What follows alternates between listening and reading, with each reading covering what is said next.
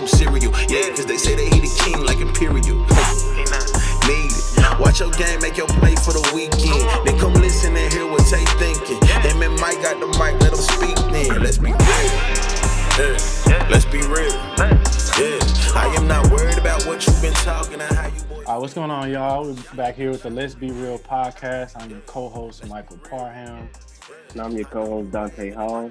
Today, we are going to be interviewing two special players, former Belmont Bruins. First, we got Dylan Windler. What up? Then we have Austin Luke. What's up, guys? How's it going? Doing well. We're going to go ahead and we're going to start off, get into this interview. We're going to be asking you guys a series of questions. Some will be about your pro experience, and then some will be about your college experience, playing together at Belmont. I think we should start off by asking some of the questions about you guys playing together at Belmont. And that's essentially how you guys met, I believe. So I'm going to go ahead and start off. And this is for both players. So how was it playing for Rick Byrd at Belmont University? Rick Byrd is probably, one of the most successful coaches in college basketball. And you guys definitely played a big role in some of that success while you were there. So could you guys speak on what it was like to play for Rick Byrd? Yeah, but time at Belmont was amazing. Basketball, school, all great. I got there in 2014. And so Dylan got there, I guess, when my third year there. I was a redshirt sophomore, so I got 3 years with Dylan. And yeah, like you said, Coach Byrd is a legend, one of the greatest to ever do it. I learned so much basketball from him and the other assistant coaches, and overall, just amazing experience. Wouldn't have had it any other way. Yeah, it was a good experience. Obviously, just basketball knowledge wise, I learned a lot from him. Just as a role model, he was very laid back off the court. He kind of let you do your thing. He trusted. We'd make the right decisions. He wasn't really involved off the court, which I kind of liked. We have that balance. You see him every day so much, and he's great to be around. But when we step off that floor, he gives us our space and allows us to do what we need to do. But one of the best coaches you could play for, X's and O's wise. Getting you in the right spots to score. He's gonna get you the shots that fit your game. He's going to get, the best shots for our team. And, that's why we had all that success. We knew where our shots were coming from, and we always got a good shot every possession. That's what our goal was. So, man, I'll tell you firsthand, I remember I was pretty close with Strong and Tyler Holloway, from playing like noon ball and stuff like that. And they gave me the opportunity to shadow a few practices for you guys. When I say I went to the practice, and you guys are like, you have one set and you would run like 15 plays out of one set. And I was just like, man, like these guys are out here doing calculus playing basketball. I always joke, my dad's a high school basketball coach for 30 years. He retired now, but coming in, I thought I knew a lot about basketball and X's and O's. And I go to Belmont for Coach Byrd for 5 years, and go home and tell my dad, like, we didn't know anything compared to like what I learned at Belmont and through Coach Byrd and the other coaches too. So just some of the stuff he would do would be amazing. Anytime we had a timeout, we needed a basket down the stretch of a close game, he would draw something up, and we would always get a good shot or a score. So I've definitely stole the backdoor play at the end of the game. It's in my bag. Yeah. We got, honestly, I draw those plays up. Like I play in some men's leagues with my buddies and stuff, and I'll try to run some of those plays just because they're such good plays. And yes, it's been amazing to learn from him for sure. Yeah, I went to Tennessee State, so I did not like you guys. And and I used to always joke around with my friend. I'm like, man, they just know what to do. They got the Popovich of the OVC. Like every time they need a bucket, like you said, they got to play. Somebody was wide open in the right spot, man. I love the way you guys play, but at the same time, I hated it. I was like, dude, these guys are just too good. Yeah, it's crazy. A lot of the teams in the OVC were a lot more athletic than us, stronger than us, and they didn't understand why they couldn't stop us the same way that everybody else could. It seems like it should be easier than it was, but we had good pieces, and Coach Bird and the other coaches did a great job recruiting those set pieces for exactly what we wanted to do on offense. And yeah, it was good times, man. I miss it a lot. Man, I tell you what's crazy. I interviewed Coach Holloway maybe 3 or 4 years ago while I was at Belmont. And that's one of the main things he talked about. Like for recruiting, he's like putting the right people on the bus. Like the bus that we have and where we're going, he always talked about putting the right people on the bus. And I just thought that was so impactful because, I mean, you can have all the talent in the world, but if you don't fit the scheme or the mold of the team you guys are trying to build, it definitely is not going to be as successful as you could be. But while we're talking about like you guys as Bruin, could you guys each share with us like your best memory as a Bruin? I'll say mine was, making it to the tournament that last year. Getting that at large, that moment right there. Because really, I didn't have high expectations. I didn't want to get my hopes up. We'd never gotten an at large bid before. So, I didn't really think we had a very realistic chance of doing it. So when they called our name, it was just like, honestly, almost passed out. So, and then being able to go through the tournament experience, it's something I wanted to do my whole time there. And we fell short in previous years. So being able to have the opportunity was just a dream come true. So that was definitely my best moment. When you got that opportunity, you let it fly, didn't you? Yes, sir. Man. You had like 37 and 15 one game? Yeah, the Maryland game. I had like 36. Yeah. That was crazy. What about you, Austin? Yeah, man, just kind of piggybacking off of that.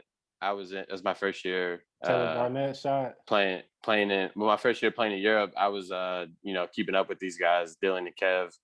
And it was like 1 a.m. my time when they got announced. I had no idea if they were gonna get in.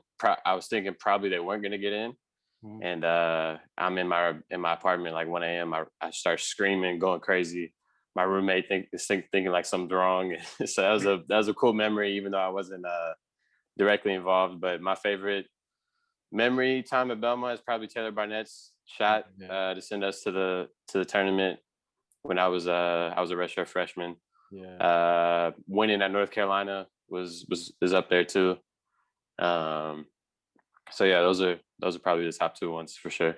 Man, I thought you guys were gonna say the Lipscomb game. Y'all got the epic picture together. You picked honestly, the game winner. There's so many moments, man. I mean, playing in the NCAA tournament is always something you dream of doing as a kid. We played Virginia. They had Malcolm Brogdon, Justin Anderson, really good team. So yeah, it's so many memories you could choose from, really. All right, to go ahead and go to our next question, I'm gonna ask Austin first. I know Austin loves to talk stuff, so my next question for you guys: have you guys ever played one-on-one? Because I know if you have, Austin didn't stop talking the whole time.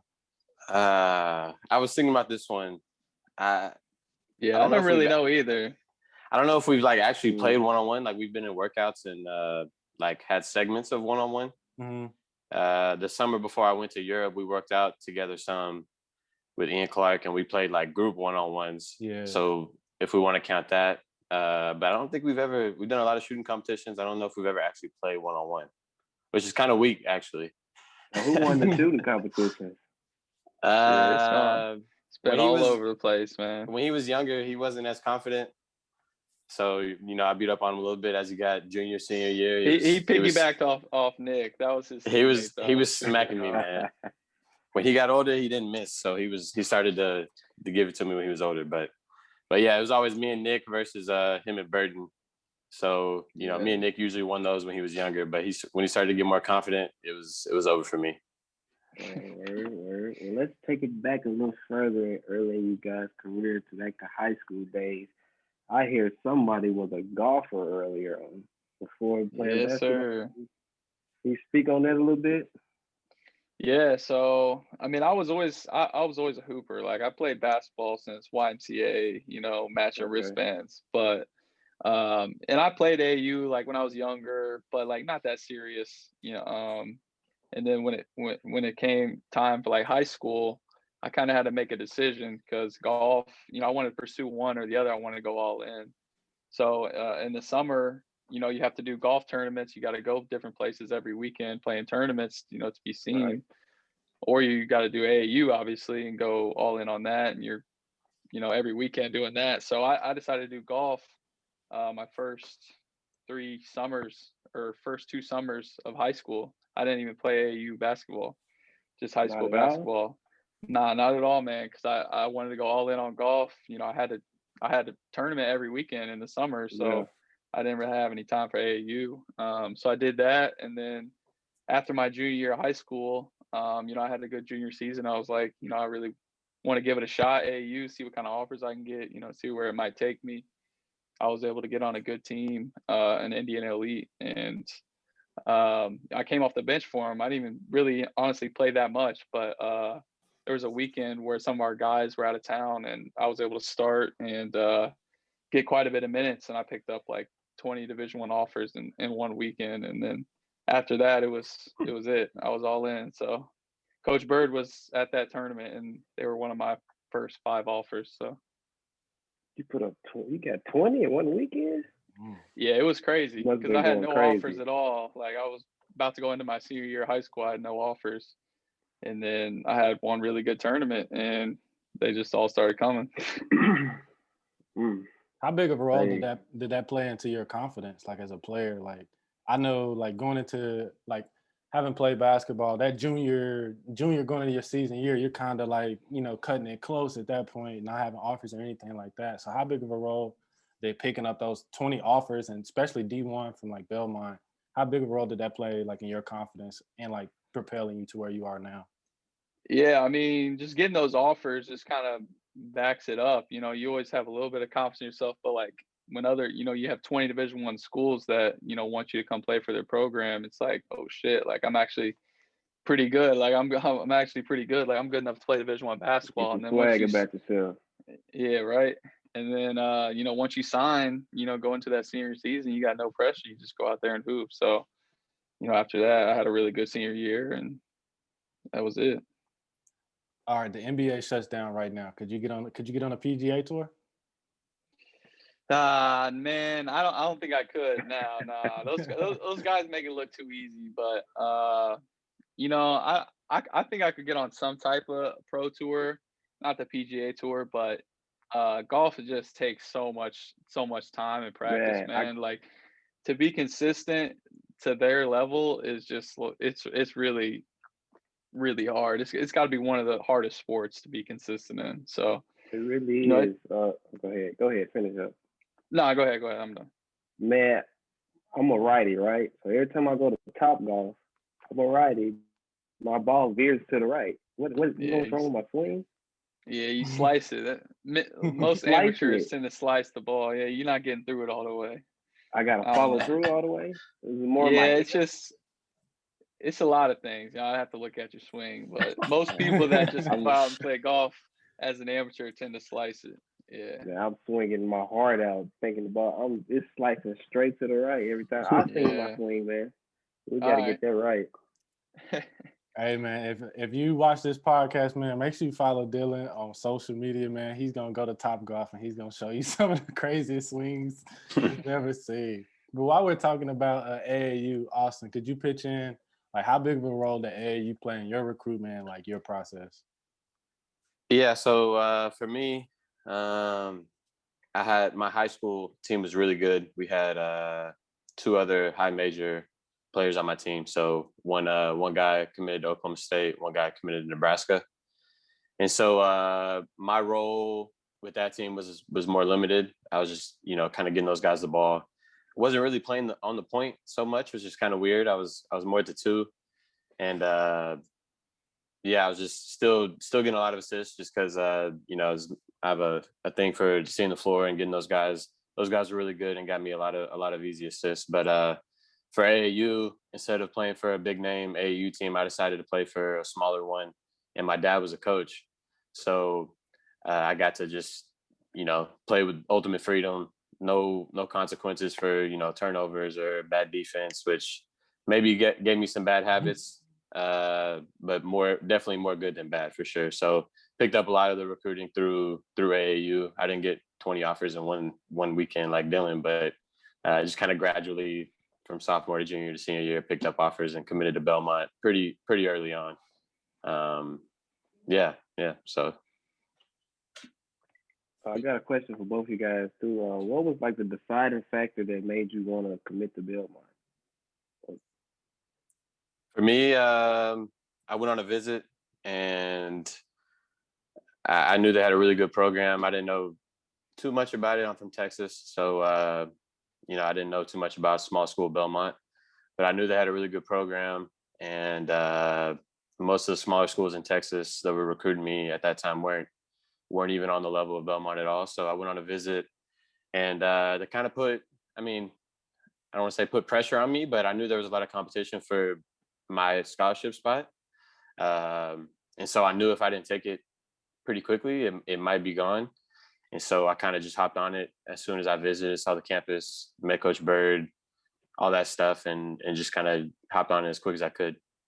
Loved the coaching staff, loved the teammates that I met. Everything about it really just clicked for me.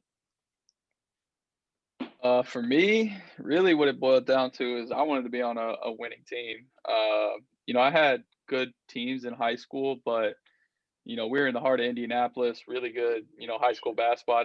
I didn't even win a sectional championship in my 4 years in high school. So I didn't cut down any nets. We had good teams, but we would always, make it to the sectional championship and play one of the best teams in the state. So I wanted my college experience to be, winning. I wanted to, go out every night and expect to win.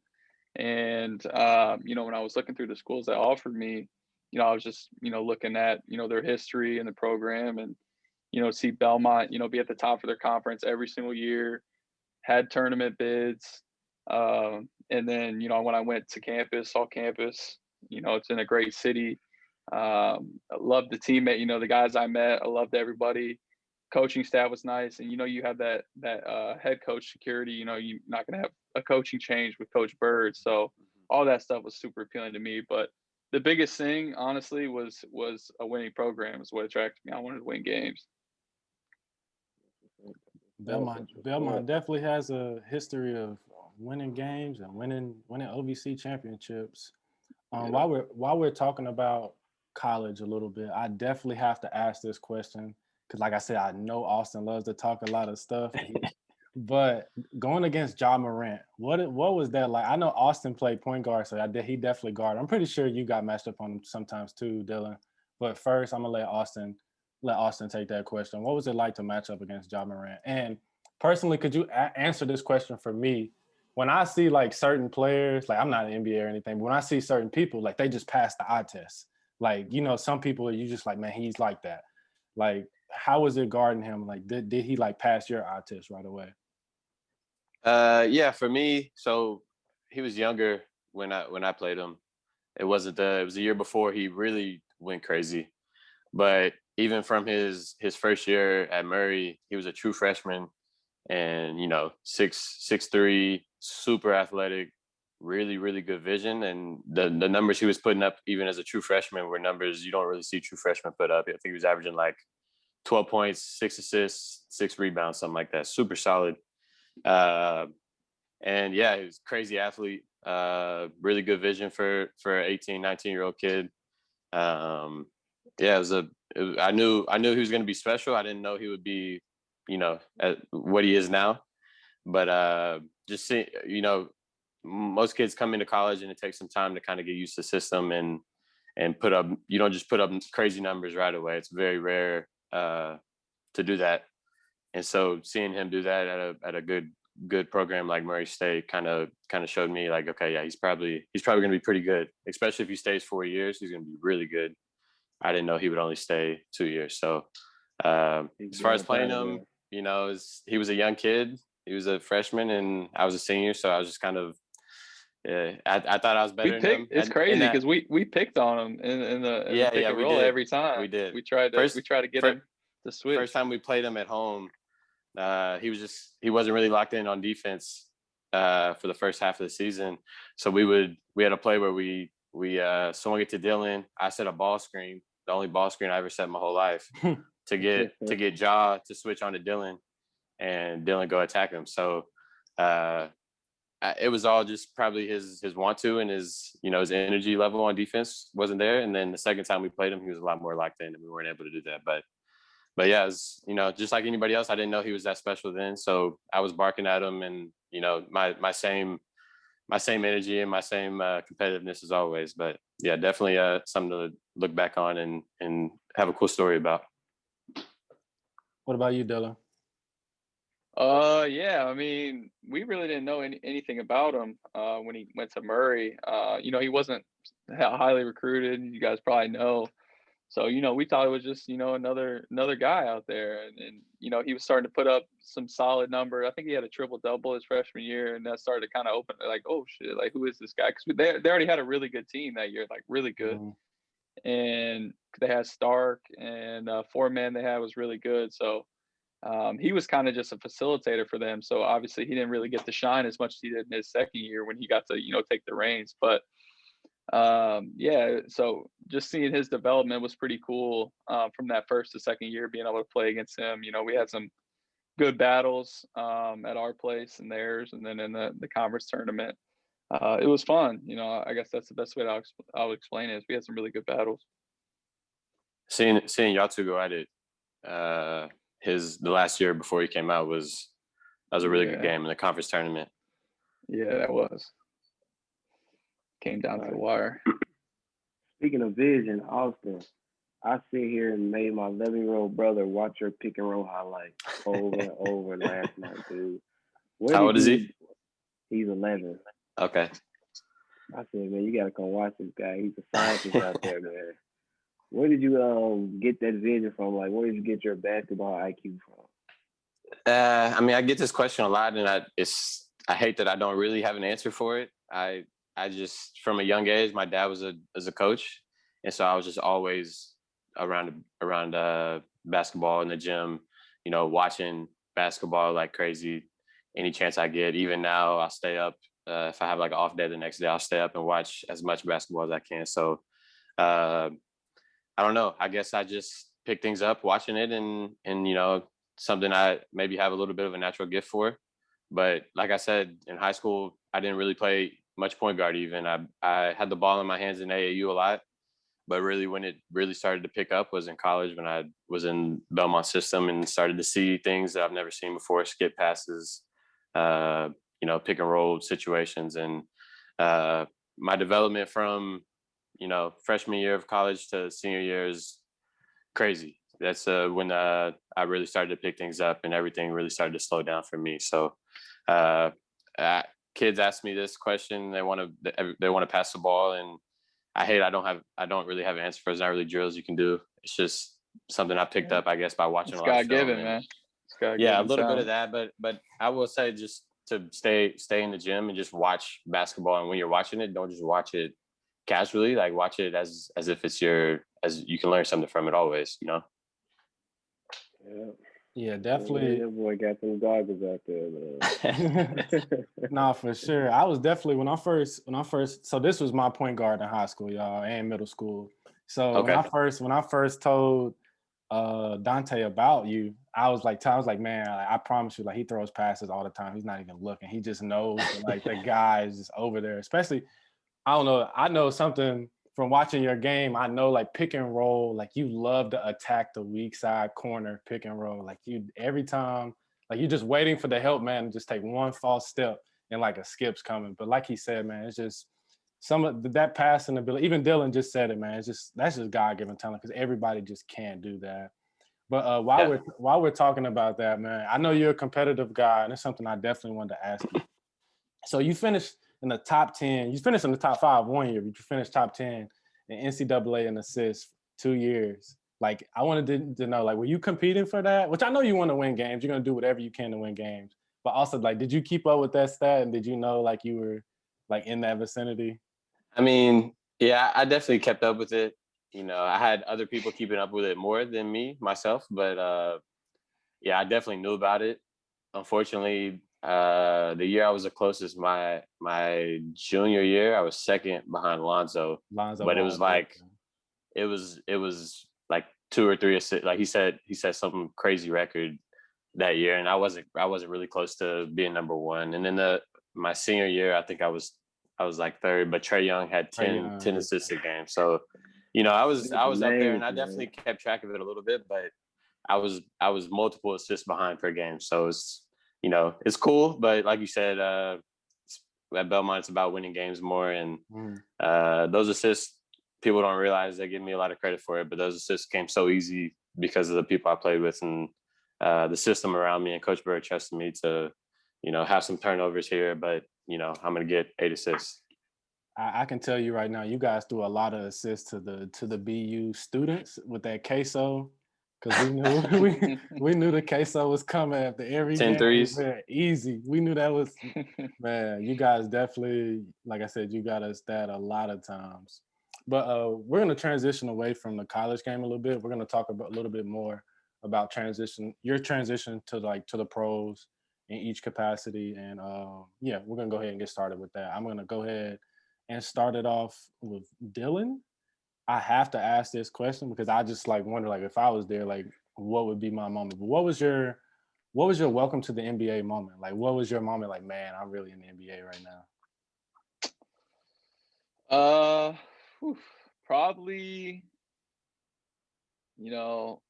probably playing so I got hurt in the first game that I played the season, took that fall and broke my hand. So I only played half that game, but then the next game back, after I came back from that, we played the Nets Big Three. So that was probably playing the same game as Kyrie. KD wasn't able to play that second game that I played, but playing the same game as Kyrie and James Harden was probably whoa, this is really real. I'm playing with, some of the Hall of Famers.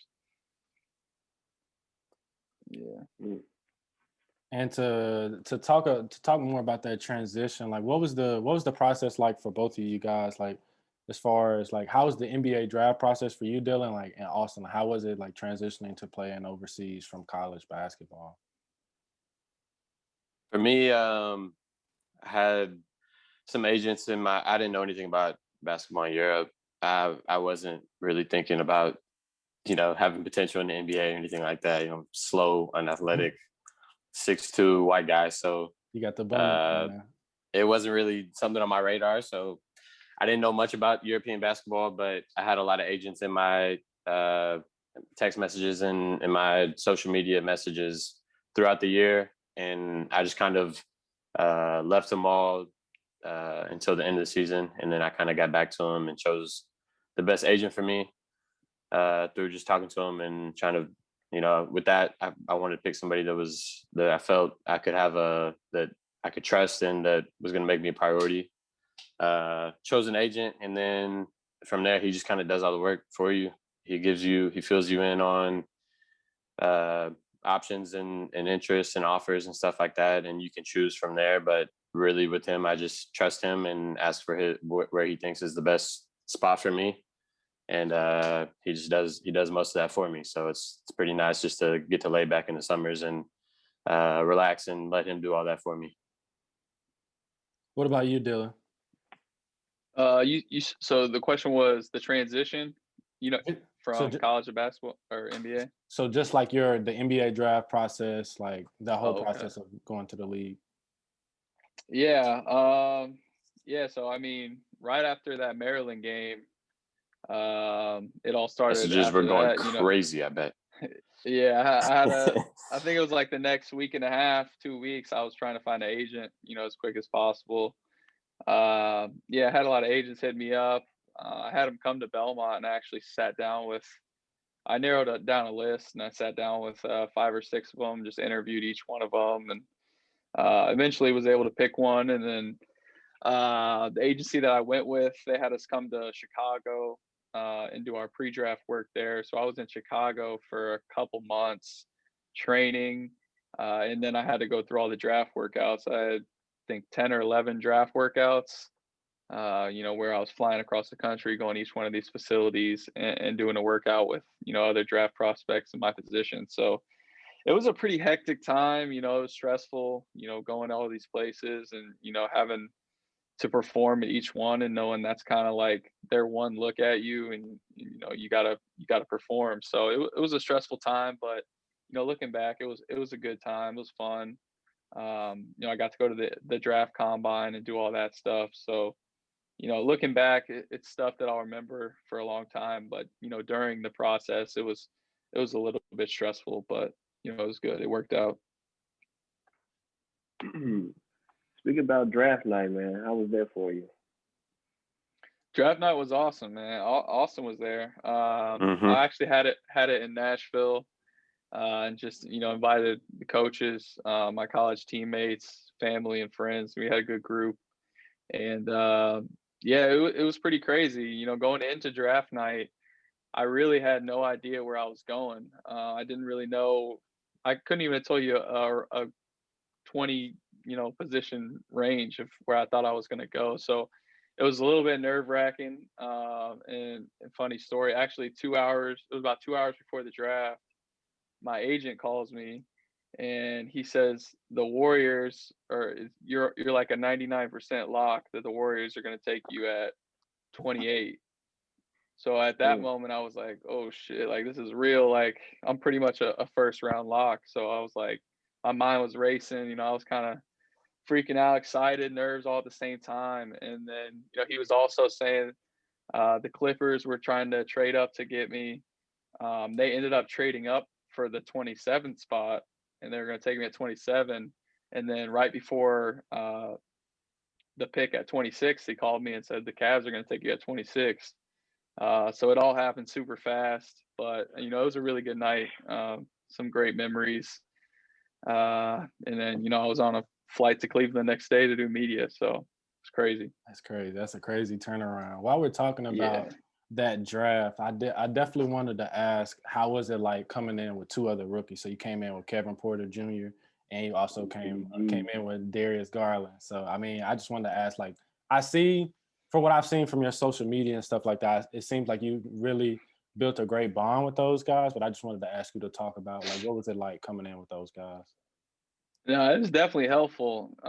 This year, Isaac came in, our rookie, Isaac Okoro came in by himself. And, I figured that would be pretty hard. I came in with DG and KP and just, going through the whole process, having those two guys by your side, you're all going through it at once. It's a big transition, going to play in the NBA, playing professional basketball, going into the business that the NBA is. There's just a lot that goes into it, more, even more than basketball off the court, living on your own. You got to, start to fend for yourself. So just going through that whole process with them has been great. Those are two guys that I'm going to consider brothers for life. Me and DG stay in the same apartment complex since we've been here. We're always hanging out, and it's definitely helpful to go through that transition with, a couple other guys. While we're talking about that transition, I definitely wanted to ask both of you guys, and you kind of just touched on it a little bit for yourself, but for Austin, like, how was the transition going from like college basketball to the NBA? I know anytime you make that jump, I mean, like a year ago, it's like you would have, like you said, it's like the game totally slowed down for you. You felt like you were controlling everything, but now you're like at a new level. There's new talent. How was that transition for you guys? Yeah, kind of talking about what Dylan was talking about too. I graduated, left Belmont, and I went to a really big situation for me, a really good team and a really good league. I was one of the only rookies in the whole league, maybe, and I didn't really, I'm not, when I first get into a situation, I'm not the most confident, and so going into that, I kind of wasn't I didn't have the mindset I should have had, and just kind of got ate alive I was on a 3-month tryout, and I got cut after 3 months just because I wasn't mentally where I needed to be in that killer mindset mode. So you kind of, they don't care about what you do in college. I mean, they recruit you based off of that, but once you get there, you got to prove yourself all over again. And playing at Belmont, we're used to only worrying about getting wins. And, for me, I had at Belmont games where I had 0 points and 12 assists, and that was appreciated. But that's not always the case. In Europe, they're looking at your stats always, win, lose, no matter what. They want you to put up good stats. And so it was a really, really big adjustment for me, trying to have to learn to play for myself a little bit more and score the ball a little bit more. And it's been one of the biggest adjustments for sure. The game over here is a lot more physical. The games are like in the 60s and 70s. It's not in the 120s like in the NBA. A lot of that is because of slower pace, but it's really physical. And yeah, just living on your own in a different country, and people don't speak the same language as you. It all you have to get used to it quickly. It's and if your mental health's not right, then you're not going to play very well. So being the only, kind of like Dylan was talking about, being the only rookie for me on this team, a bunch of veteran guys making a ton of money. They didn't really care if I played well or not. They were kind of worried about their own paycheck, and I should have had a lot better mindset going in. But I was a kid, and I was trying to play unselfishly, and that's not what I needed to be doing as much. So good experience, but also kind of got thrown into the fire a lot, and definitely learned a lot from it though. Yeah, my transition was, I got off on a tough start with the injury I developed through the draft process. I got that stress fracture in my leg. Battled with that for quite a few months, trying to figure it out, trying to let it heal, and then ended up having to get surgery, which is my first any type of surgery from any injury ever. So, going through that, my first year was tough because I wanted to be out there. I want to be playing, I want to show what I can do. And, I was sidelined the whole year with that. Mentally that was tough. And then physically, it was a bear to tackle, man. Like getting a rod put down in your leg and 2 screws to hold it in place is no joke. Like, it fixed the stress fracture, but there's other consequences that come with it. They cut through your knee, you got screws in your leg. So the rehab, I'm still rehabbing it every day. I get in early, 30 minutes, an hour early. I'm doing every single exercise, every strengthening exercise for my knee, my calf.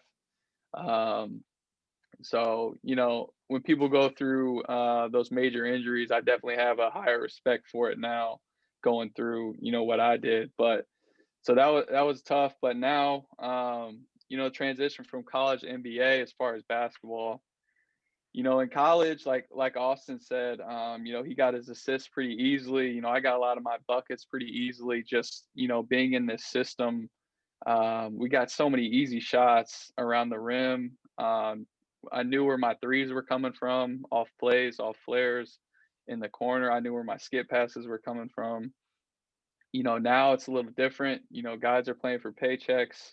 Guys are playing, to survive, feed their family. So it's just a different style of basketball, man. Like sometimes I don't really always know where my shots are coming from. You just get the ball, you got to make something happen. It's just a little bit more free flowing in the NBA. So that's something I'm gonna have to adapt to over time. But it's just like anything else, man. I've been off to a lot of slow starts in my career in high school. In college, in college, I averaged, 4 points a game my freshman year. I wasn't doing anything. I was just timid out there.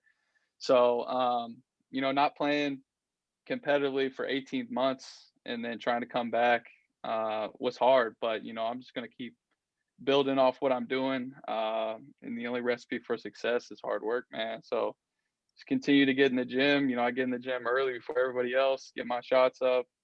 And just do what I can. Like I said, just continue to rehab my leg and just trying to do everything I can to make that transition easier. Film's a big one.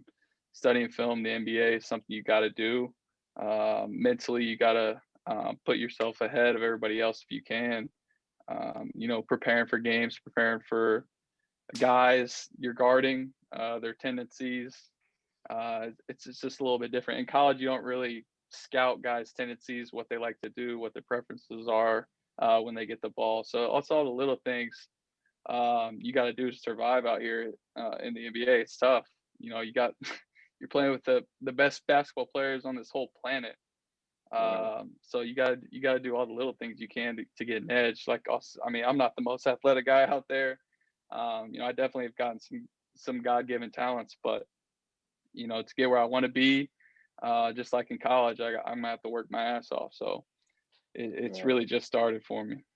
Yeah, I think it's every new level that you get to, from high school. I got to high school as a freshman playing varsity, and I'm like scared there, don't really know if I can play or not. By the time I'm a senior, I'm acting like I run the whole league. The same thing in college. I get there as a freshman. I'm not even good enough to play as a true freshman.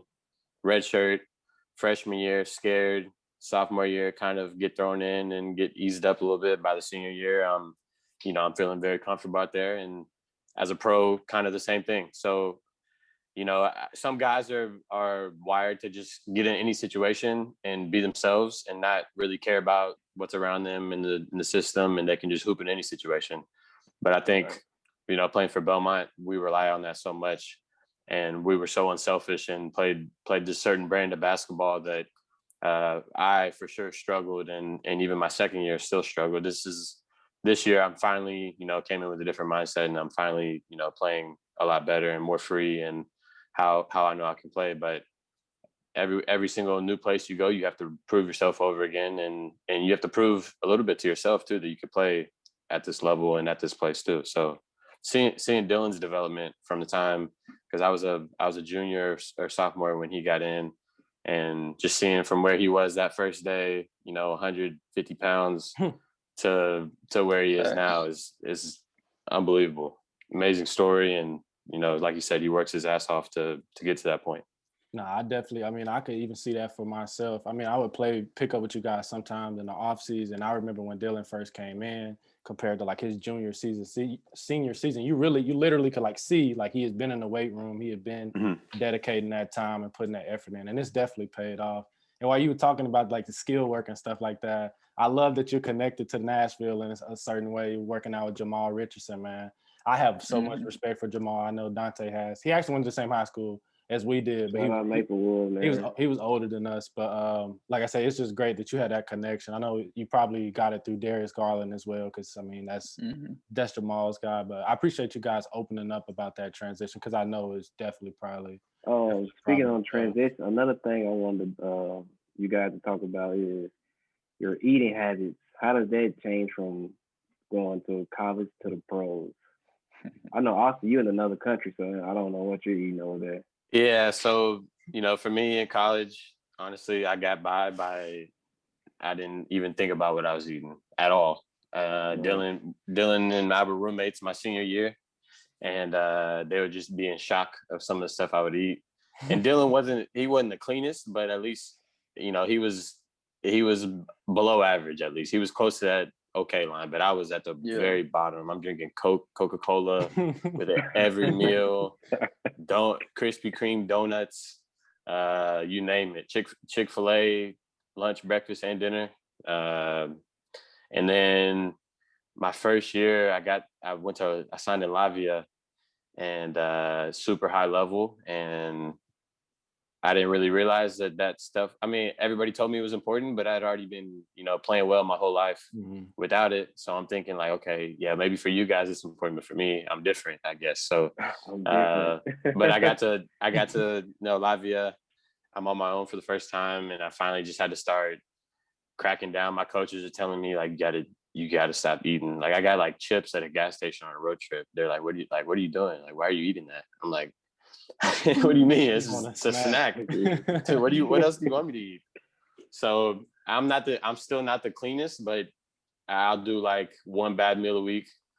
I eat a lot of I do ground chicken now, grilled chicken, veggies, rice, potatoes, just the basics. I'm not too good in the kitchen, but I'm getting a lot better as the last 3 years I've had to cook for myself. Yeah, I've seen you taking a lot of pride on your Instagram.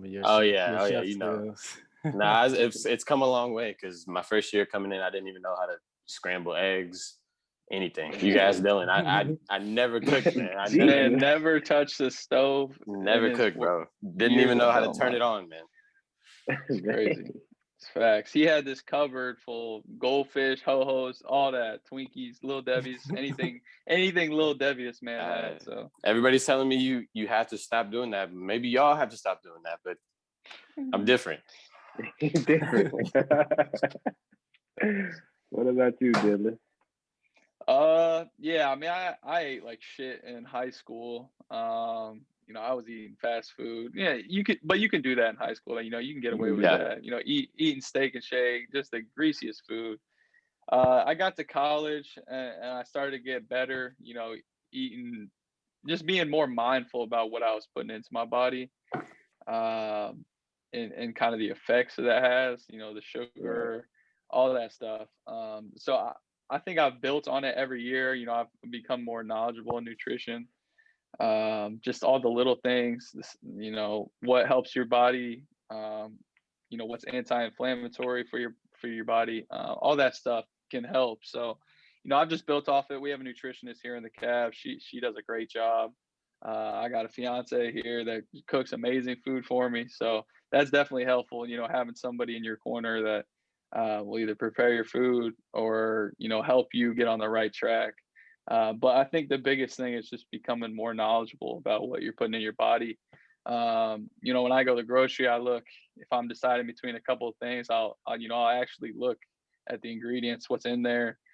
You know, I think the easiest way to determine if something's bad for you, if you look at the ingredients, you don't know what any of the stuff is.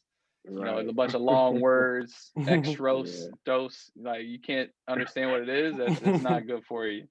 You know, so that's if I have one tip for nutrition, if you look at the ingredients and all the stuff is normal stuff that you know, then it's probably not too bad for you. So like I said, Dylan wasn't the clean, like he ate okay, but he wasn't the cleanest the year that I lived with him, my senior year. But I went to go to Europe, came back that next summer, and this man was, you know, he was getting ready for the draft and he had like pre-made meals, like totally like flip the switch for sure that summer that you were getting ready for the draft and you weren't, like, we would talk about going to get like Zaxby's or something like that. He's like, no, I'm not eating that. I got something prepared. He's turning down meals with his boys because he had to eat right with the guys.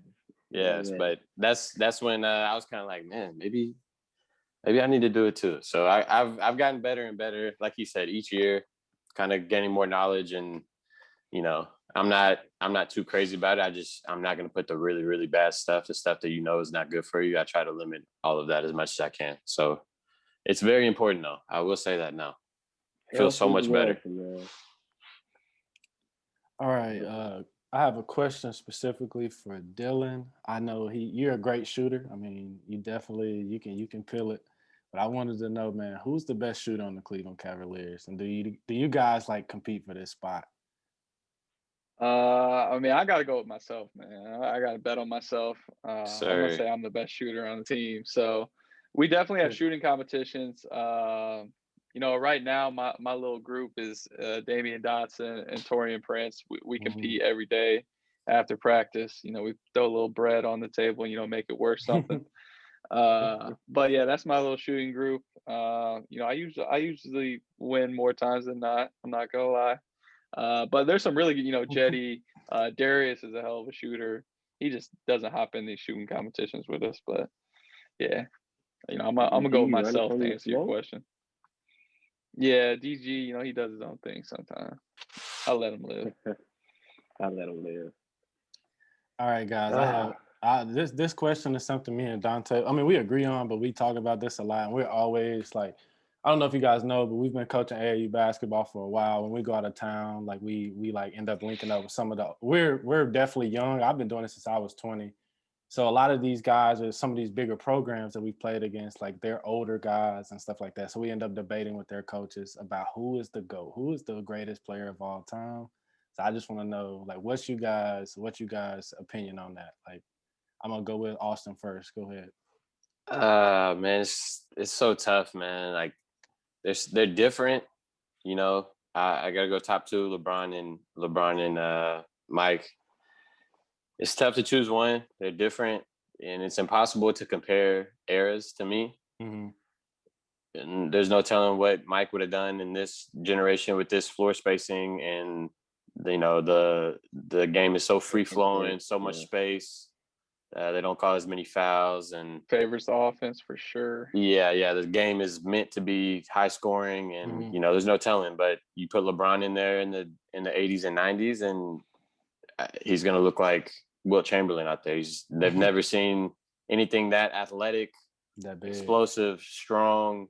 The biggest guys, the best athletes were like 6'4", 6'5", and they could jump, but they're not doing anything with LeBron. So if I had to choose, I would choose LeBron because I like guys that pass. Just a biased opinion, I guess. He's a better passer, but I think it's impossible to compare eras. For sure. So it's hard. It's a hard question for me. What about you, Dylan? Yeah, I mean, I got a pretty similar answer. I don't have I mean, not being able to watch like all of MJ's like growing up in that time and like actually seeing his games on a nightly basis. You only see highlights, so he looks like Superman. Obviously, he was. The dude was averaging 30, 40, whatever it was. He was unreal. But not being able to see him night in and night out, I can't give a good opinion on who I think the GOAT is. But I'm MJ and LeBron. LeBron gave us about 50 this year, the one game we played him, and he looked like he was 23. So I mean, that dude's unreal. So I think he'll end up with the most points scored of all time. So I don't know if you can really see if he gets a couple more rings. We'll see, but I might go with LeBron too. Yeah, that's actually definitely something I bring up when I'm like debating with like people that favor Jordan. I think it's like you guys said, it's hard to just compare era because at the end of the day, we'll never know who was better. But when we we just have those debates. And that's something I always bring up. It's like every time if I turn on ESPN, like you're going to show me the flu game. You're going to show me like all of his like top highlights. I have to go back and literally search for myself to see like him play. But like you said, not having that exposure every night. I've watched LeBron. My first team was called the Cleveland Cavs. I mean, we were called the Cavs at the little center we played at. And that was in 2003. I've literally watched LeBron's entire career. So I've seen like LeBron at his best. I've also seen the 2011 LeBron. So, I mean, that definitely weighs in a factor for me because I didn't get a chance to see Jordan struggle. So, but I definitely wanted to get you guys' opinion on that. Yeah, LeBron. I'm a big LeBron guy, but it's just, it's hard, man. You talk about like guys like Wilt Chamberlain or like Bill Russell dominating their eras, but if you throw those guys in the 90s with Hakeem and David Robinson and those guys, are they like the best in the world, or are they just like those guys? It's hard to tell for me, man. Someone will never know. If you put Wilt in today's game, is he going crazy like he did back then? That's what I'm saying. It's hard to tell, man. It's hard to tell. Or for real. The White Howard. Or if you throw Embiid into the 40s, is he the greatest player of all time? I don't know. Put up a 50-piece McNugget. I think Kevin Garnett, like 2 weeks ago, he said he was like, man, I think guards from like the 1980s would struggle in today's NBA just because of the skill and stuff like that. But like you said, it's so hard to compare the era because back then the emphasis wasn't on like pace and space. It was more so like it was a lot more fundamentals. They weren't shooting nearly as many threes and stuff like that. So that definitely plays. The athleticism right now it's never even been close to what the athleticism is right now. You look at some of the guards. Yeah, you look at some of the guards that played in the 90s. Even John Stockton, one of my favorites of all time. Like, can he play in the NBA right now? Who's he guarding in the NBA right now? At the point guard position. Like I don't know. It's hard for me to think that there's better basketball than there is right now in this moment. Shooters are amazing. Athletes are amazing. Overall, it's human evolution, really. If you think about it, it's going to continue to get better. Yeah. The last question I have for the both of you guys, I just wanted to ask on a personal note: who was the hardest player you've ever had to guard? Because I know you've matched up against people in college and NBA overseas, but this is also we have AAU to take into account for. So, who is the hardest guys you've ever had to match up against? Mine was probably AAU Jaylen Brown. He was like just a man amongst boys. Like you couldn't do anything to stop him. He was pretty unreal. So I mean, that's me. I mean, I didn't really have to guard LeBron much. I had to show on him a couple of times. I got switched on him a couple of times. He gave me a bucket, but during that time, AAU, Jaylen Brown was just unstoppable. Yeah, for me, Julius Randle grew up in my metroplex, and from the time he was like 12 years old, he was 6'7", 200 pounds, like grown man playing against.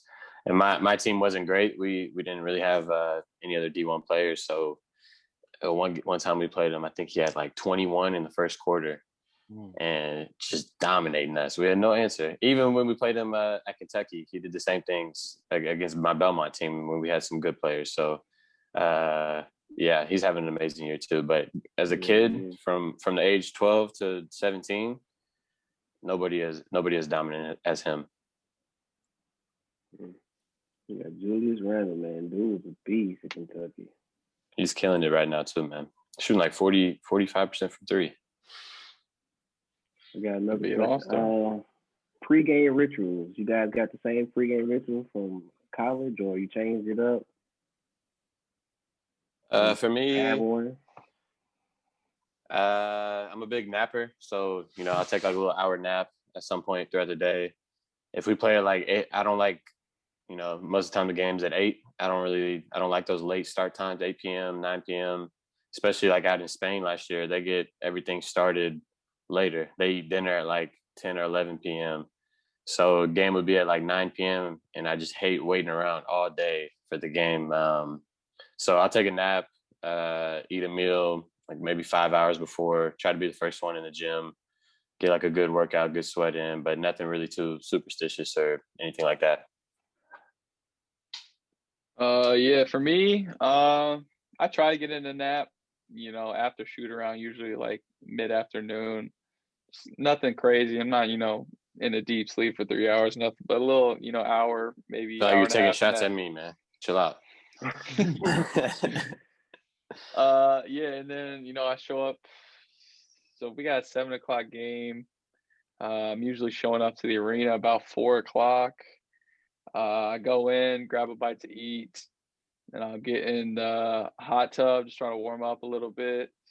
And then I'll lift / activate, get my body warm. I have my court time, go on the court for my 15 minutes, do all my work, my shots, all that. And then, get any type of treatment I need.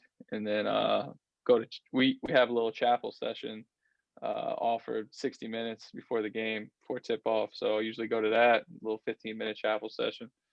And then, yeah, we have our little pregame with the coaches, and then it's on. That's my schedule.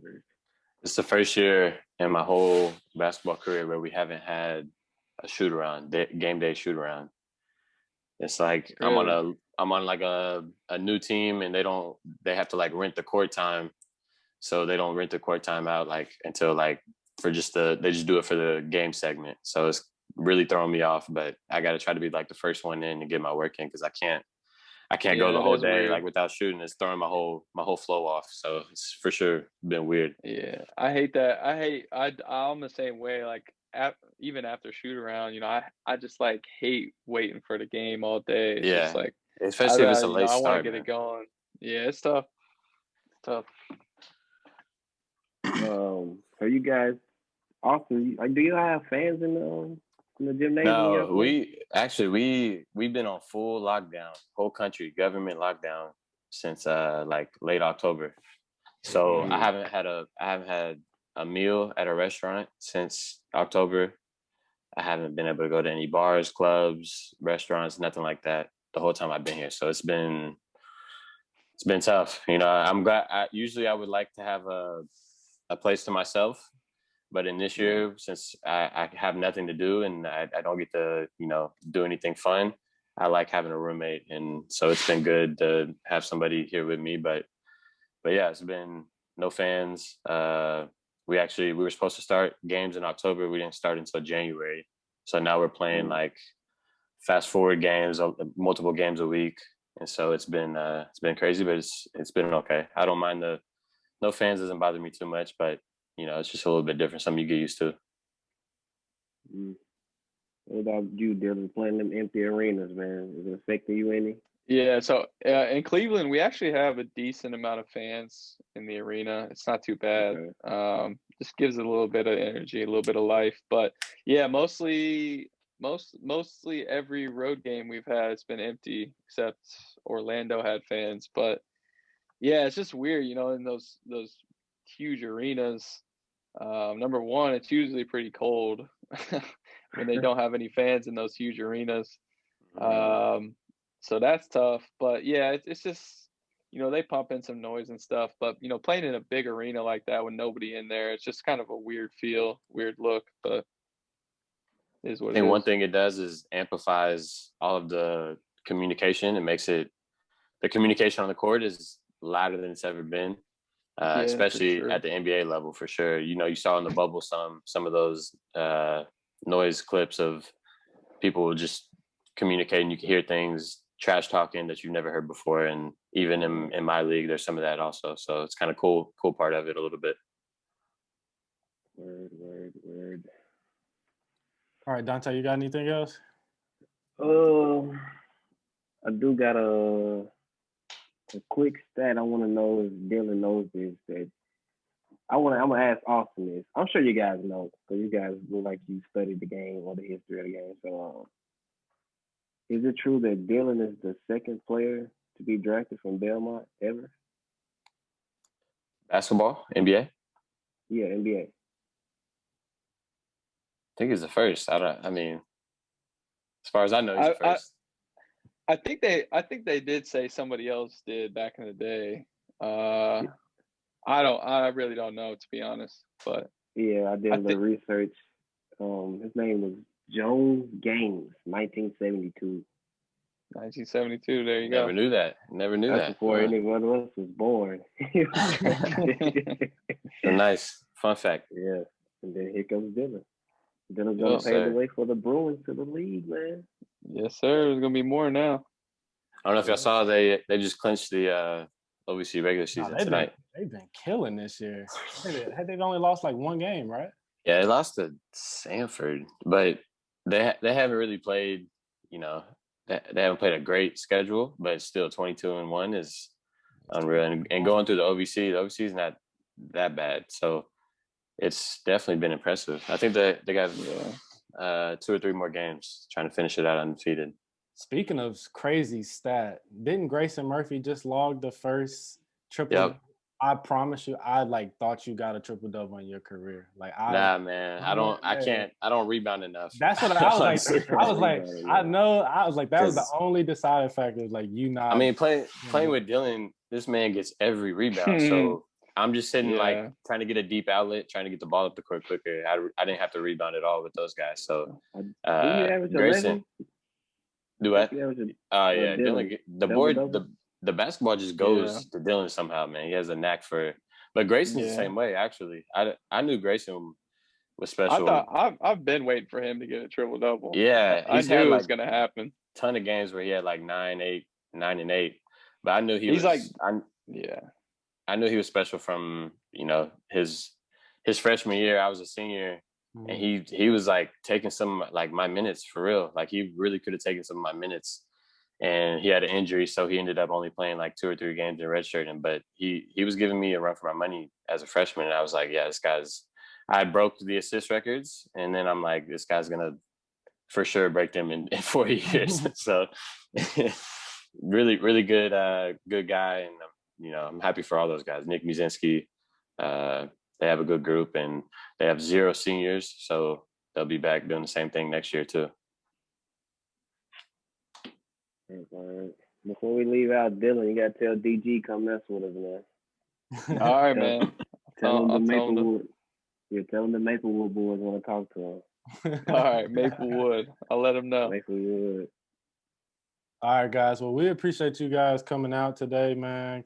Keeping it real with the Let's Be Real podcast. Maybe I definitely in the future I want to get like a lot of you guys here as far as like that Belmont group with Amanze, Kevin McClain. and those guys, I would definitely love to have you guys back. But I do appreciate you guys taking the time out to join us this evening. No doubt, man. Yeah, no Thanks. problem, man. Thanks for having us. A good time. I'm sending my golf swing to you for real, man. Probably via Instagram. Gotta get it right. All right, got you. Send it over. All right. Let's be real. Yeah. Let's be real. Yeah. I am not worried about what you've been talking. I